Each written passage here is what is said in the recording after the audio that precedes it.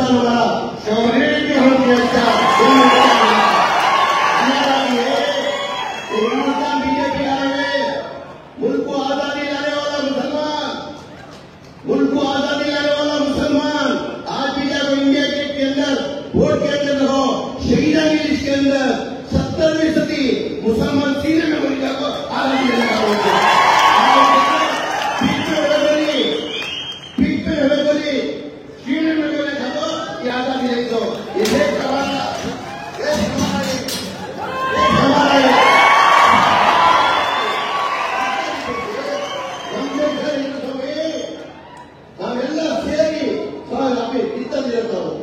ಎಲ್ಲ ಸೇರಿ ಜಾಗ ಮಾಡಿ ಈ ದೇಶದ ಬಿಜೆಪಿ ಬಂದಿಲ್ಲ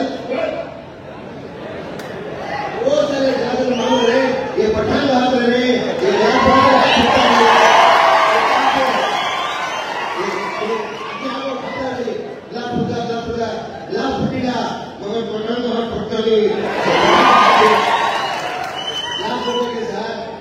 ಸಮಾಜದ ಪಠಾಣ